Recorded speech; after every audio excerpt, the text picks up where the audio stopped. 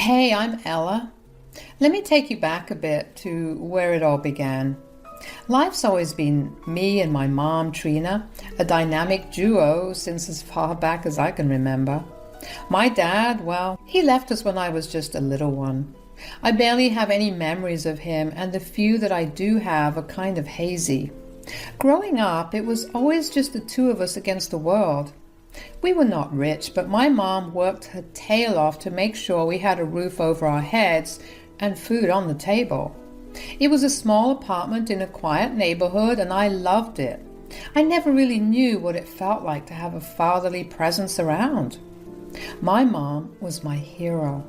After high school, I decided to stick around and go to the local community college, mainly because I could not bear the thought of leaving my mom all alone. She had done so much for me, and it felt like the least I could do to stay close by. I was not really sure what I wanted to do with my life, but I figured I'd figure that out along the way. Life was not glamorous, but it was comfortable and it was ours. Things were chugging along pretty well for us, and I eventually got a job and soon became the manager of a local bookstore. It was not the most thrilling job, but it helped pay the bills, and I had a thing for books, so it felt like a good fit. My mom was over the moon when I started bringing home a paycheck. It was like a little weight had been lifted off her shoulders. And then came Peter. I met him when I was 23. It was one of those chance encounters that you never really expected to turn into something big. I was working at the bookstore when he walked in as a customer. I was busy arranging a shelf, lost in my own world, and he approached asking for a book recommendation. We got talking and things happened. So Peter and I hit it off really well. We both felt this connection that was almost electric, and everything just seemed to fall into place. Then came the day when Peter decided it was time for me to meet his mother, Donna. I had heard so much about her, both from Peter and the stories she had to share about him. I was a little nervous, of course. Peter arranged for us to have dinner at Donna's house. I wanted to make a good impression, so I bought a homemade pie, hoping it would charm her. "Oh, Ella, so lovely to finally meet you. You brought pie. How charming." "Thanks, Donna. I thought you might enjoy it." "Mom, Ella's a fantastic baker. You will love it." "Well, let's hope it tastes as good as it looks." "Well, I have been wanting to meet Peter's family for a long time." "Ella, speaking of family, how is your family life? I heard it is just you and your mother, Trina, and no father in the picture. Isn't that sad?" "Well, my mom and I are very close. We've always been there for each other." "So, Ella, your mom isn't remarried?" "No, she isn't." "Well, maybe she's the one who was problematic. You should not blame your dad for leaving, you know. Sometimes kids fail to see things the way they are." "Mom, I've met Trina. She's a wonderful woman." "Son, I'm going to be honest with you. In my opinion, single women often raise the most problematic daughters. I call it like I see it. They raise their daughters to be bossy. And Peter, weren't you into blondes? Ella here is a brunette, not very attractive in my eyes. And your ex-girlfriend was studying at an Ivy League school or something? And Ella runs a bookstore. This seems like quite a downgrade." "Mom, I did not choose Ella based on her job or her education. I chose her because of the person she is." "Your dad and I have always been hardworking. We saved for years to ensure you could go to a good college, and now this is the kind of woman you bring home. No offense to you, Ella, but there might be someone out there for you too, but it's just not my son." After that awkward dinner with Peter's mom, Donna, Peter apologized to me repeatedly for her behavior. He felt genuinely sorry that his mother was so critical, but I assured him that our love was strong and would not be easily shaken by someone's words. I knew that my mother-in-law could be tough to deal with, and I was determined not to let it get in the way of our relationship. In any relationship, it's crucial to take a stand when needed. But I also believe in being respectful. Peter and I were deeply in love, and we were confident in our decision to be together. We did not need anyone's approval but our own to know that we were right for each other. Over time, Peter and I grew even closer and our love blossomed. He started talking about our future together, and not long after that, he asked me to marry him. When it came time to plan our wedding, Peter and I discussed the guest list, and we decided to invite Donna and a couple of Peter's close friends from his side. Unfortunately, Peter had lost his dad, and he didn't have many guests from his dad's side, so the guest list was a bit smaller. A few months before the wedding, we had shared our engagement news with Donna, and I could sense that she was not too thrilled about it. But that did not deter us from inviting her to the wedding. After all, Donna was Peter's mother, and we wanted to include her on our special day. We decided to visit her at her house to personally extend the invitation. "Hi, Donna. We wanted to talk to you about our wedding." "Oh, the wedding, huh?" "Mom, we'd really love for you to be there." "Yes, it's such an important day for us, and we want you to be a part of it." "Well, isn't that sweet? But honestly, I've got other things to do. Ella, sweetie, you don't really know what you're getting into with my son." "Mom, please. Ella's amazing and I love her, and I want you to see that. You are my mom. You seriously wouldn't miss my wedding, would you?" "Donna, we may have our differences, but this day is about love. We would love to have you there." "I'm just not sure it's a good idea, you know." Donna not showing up at our wedding was a real bummer, let me tell you.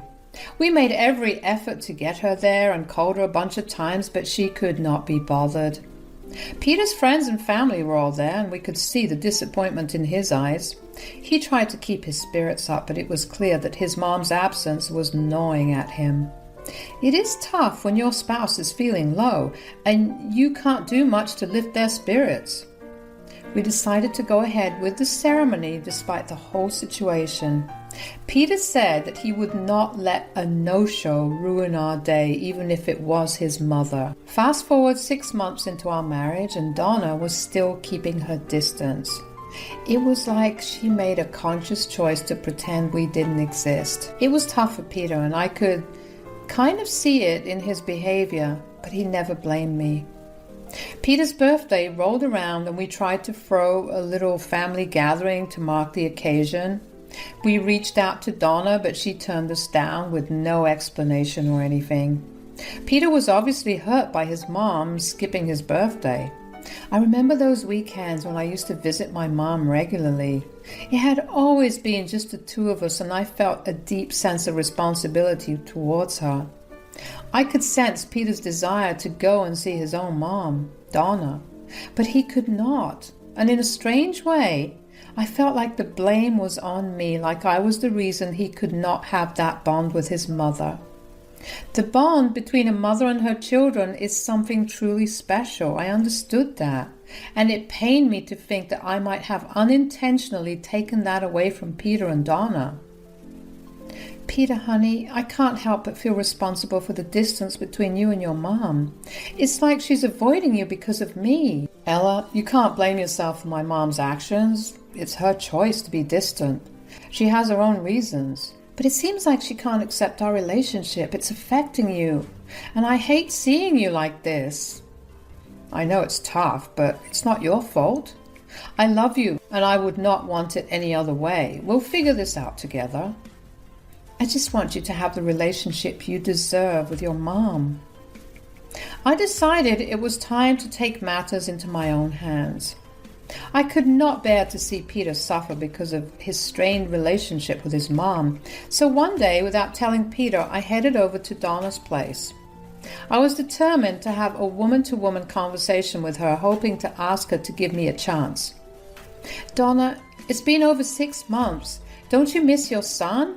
He's been missing you, you know. Your son was really hurt when you did not show up at our wedding or his birthday. I understand you might not approve of me, but can you give me a chance for Peter's sake?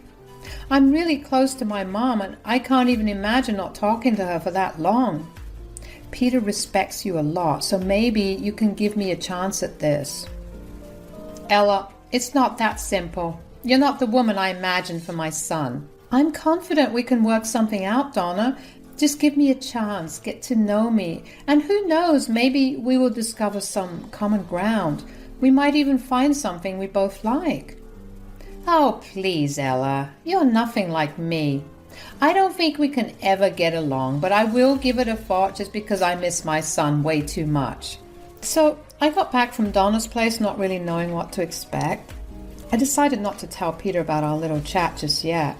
It felt like if it happened, it should be a surprise, and maybe it would be a pleasant one. The next Sunday, Donna reached out to Peter. She gave him a call and, surprisingly, told him that she was willing to give things a second chance. Donna even invited us over for dinner at her new place. It was a step in the right direction, and I could not help but feel hopeful. Things might just be looking up for Peter and his mom. We went to her place in the evening. I helped Donna a bit with the food first, while Peter enjoyed a can of beer. Son, I want to apologize for missing your wedding and your birthday. It was the first time I missed your birthday, and I know the wedding was a big deal. Mom, it hurt me that you were not there for the wedding. It was such an important day for me, and I really wanted you to be there. I am genuinely sorry for that. You know, I've had my reservations about Ella, but I'm willing to give this a second chance. Thanks, Mom. I hope we can have a better future. By the way, how's your mom, Ella? I visit her regularly. Well, she must be all alone now, right? Come on, Mom, let's not get at it again. I'm just saying she sounds like a crazy cat lady who can't keep a husband or a relationship. That is completely not true. She just chooses not to. I drive down with Ella to see Trina almost every weekend. She treats me like her own son. Well, it seems like you two visit her more often than you reach out to me. Mom, I tried to call you so many times, especially around the wedding, and you never picked up. It made me feel really disappointed. But I am your mom. I know you're my mom, and no one can replace that. Trina is my mother-in-law, and she's making an effort. I told her once that I liked Mexican food, and the next time we went over, she cooked a special Mexican meal for me. Even though she had no experience with it, she's a kind woman. She's a great mother-in-law, and I'm grateful for that.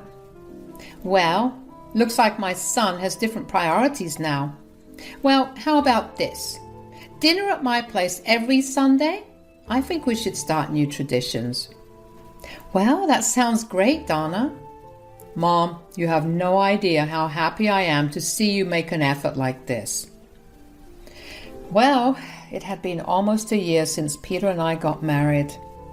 And I have to say things were going great. Peter made me breakfast before he left for work every day. He would leave it on the kitchen counter with a little note, and it never failed to brighten my day before I went to the bookstore. He also surprised me with a bouquet of fresh flowers every Friday evening. It became our tradition, and the sight of those beautiful blooms in our home brought a smile to my face. Also, despite the rocky start with Donna, Peter's mom, she gradually started warming up to me. She was not exactly my biggest fan, and she had some strong opinions about my mother, believing that she was problematic and had raised me to be a problematic daughter. But deep down, Donna wanted to rekindle her relationship with her son, which gave me hope. Our Sundays were reserved for visiting Donna. It had become a regular thing, almost a tradition. Donna would invite us over for dinner, and honestly, it was a step in the right direction. I could not help but feel that maybe, just maybe, we could all grow closer as a family. It was just a regular Sunday, and we were all geared up to head over to Donna's place. But that day took a sharp turn when my phone rang with some alarming news. It was the hospital on the line, and the news was not good. My mom had suffered a stroke and was being rushed to the hospital. I told Peter, and he immediately sent a text to Donna explaining the situation and apologizing for our absence. There was no way we could make it to her place. I could not bear the thought of not being there for my mom when she needed us the most. So off we went to the hospital, and those hours of waiting and worrying felt like an eternity. Fortunately, it turned out to be a mini stroke. Still, it was scary, and it could have been much worse. My mom's a tough cookie, and she was on the mend. For the next few days, I stuck by my mom's side, taking some time off from the bookstore to look after her. Peter would drive down every couple of days to check on us. His concern for Trina was evident, and it meant the world to me. My mom's health gradually improved, and that was a relief like no other. In the evening, when we returned home, I found myself feeling drained, both emotionally and physically. I had not even had a moment to process everything that had happened. And then the doorbell rang. It was Donna. "Well, I have not seen you guys in a while." "Mom, like I told you, Trina had a mini stroke." "I've been trying to mend things with you. I even let Ella into my house, even though I had my issues with her. But it has been almost 2 weeks. You could not even manage to show up at my house once." "Donna, it was a serious situation. My mom was at the hospital. She had a mini stroke. I was so scared. I could have lost her. I needed my husband there, and it's not like we've stopped coming over to your place or something. We just needed some time. Maybe I've been overthinking about things, but anyway. Will it be fine with you, Ella, if I use your car tomorrow?" "Yeah, of course." "My car broke down, and I need to go somewhere very important to meet this friend of mine." "Of course, you can. I have some more leaves from the bookstore, so I'll be staying at home anyway. Peter has his own car, and I don't think I'll be using mine." "You are a lifesaver." Later that night, Peter brought up the topic of Donna's broken down car. He told me that it had reminded him of how long it had been since he had sent his own car for maintenance. "Hey, how about you drop me at Mama's house in your car before going to work? We can also make a stop and give Donna my car keys. She can use it and drop it off whenever she wants. Then, on your way back in the evening, you can pick me up from my Mama's house again." "Sure, sounds great. On the way back, we can even stop at the maintenance center to drop my car there and get an Uber from there to home." The next day, we followed our plan precisely. Peter dropped me off at my mom's house on his way to work, and before that, we stopped by Donna's place to give her the keys to my car. "Hey, Donna, here are the keys. You can use my car and drop it back at my place. I'm heading to my mom's house, and the car is in our driveway." "I won't be needing it for much time, just some hours. I'll drop it off at your place before you get back home." I had a great time visiting my mom. I cooked for her like in the old times, and we watched our favorite reality show. When Peter picked me up on his way back from work, we went to the maintenance center. Peter left his car there, and we took an Uber home. When we got there, my car was standing in the driveway, and we figured that Donna must have dropped it off after she used it. The next day, he took my car to his office, and something very terrible happened. I received that dreaded call from the hospital. At first, my heart skipped a beat, and I thought it might be about my mom. But then the voice on the other end mentioned Peter's name, and I felt like my world was crashing down. The hospital explained that Peter had been in a car accident, and I could feel the panic rising within me.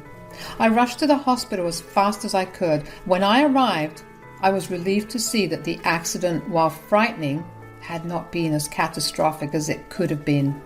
Peter's head was safe, and he had no major injuries, just a few broken bones. I called Donna to let her know about her son's accident.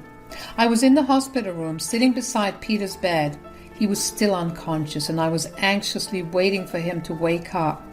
I held his hand, hoping for any sign of improvement. That is when Donna walked into the room. "What the hell, Ella? Look what you did to my son! All of this is your fault!" "How can this be my fault?" "You were supposed to get into that car and drive it, not Peter. Why did you let him drive your car?" "Are you serious? What are you trying to say?" "Just because of you, my son got into an accident. Oh my God, I can't bear the sight of him like this. He's so hurt. My poor son is in so much pain." "Wait, Donna, what did you say? What do you mean I was supposed to get into the car?" "Yes, You and your mother, taking Peter away from me. We were finally getting close again, and then your stupid mom had that stroke and my son stood me up to go and see that woman. I never liked you, Ella. You are a terrible girl. Peter deserves better. I tried to tolerate you for his sake, but your mom, she's trying to steal my son too. It's not just you. Did you think I was blind to your attempts to take him away from me? She's alone. She can't have a family and keep a man, so she's trying to steal mine. You started this, Ella. I thought it would end with you, so I may or may not have arranged for someone to mess with your car. But now, look what you've done, dragging my son into this mess. Mom, what's going on? Are you serious? Oh, Peter, babe, are you fine?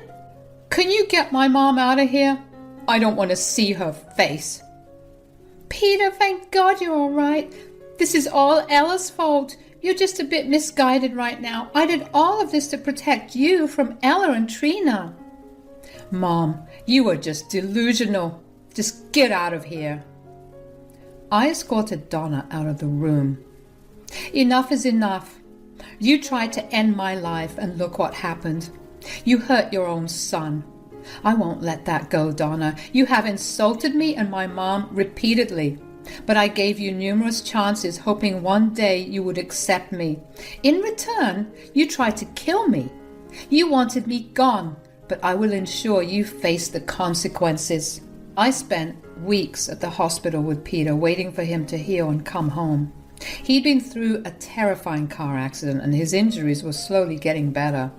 But during those long hours by his side, I couldn't forget what Donna had done. While we were still in the hospital, I called a lawyer. I knew I had to take action to make sure Donna faced the consequences of her actions. Dealing with legal stuff and police reports was a hassle, but it was necessary.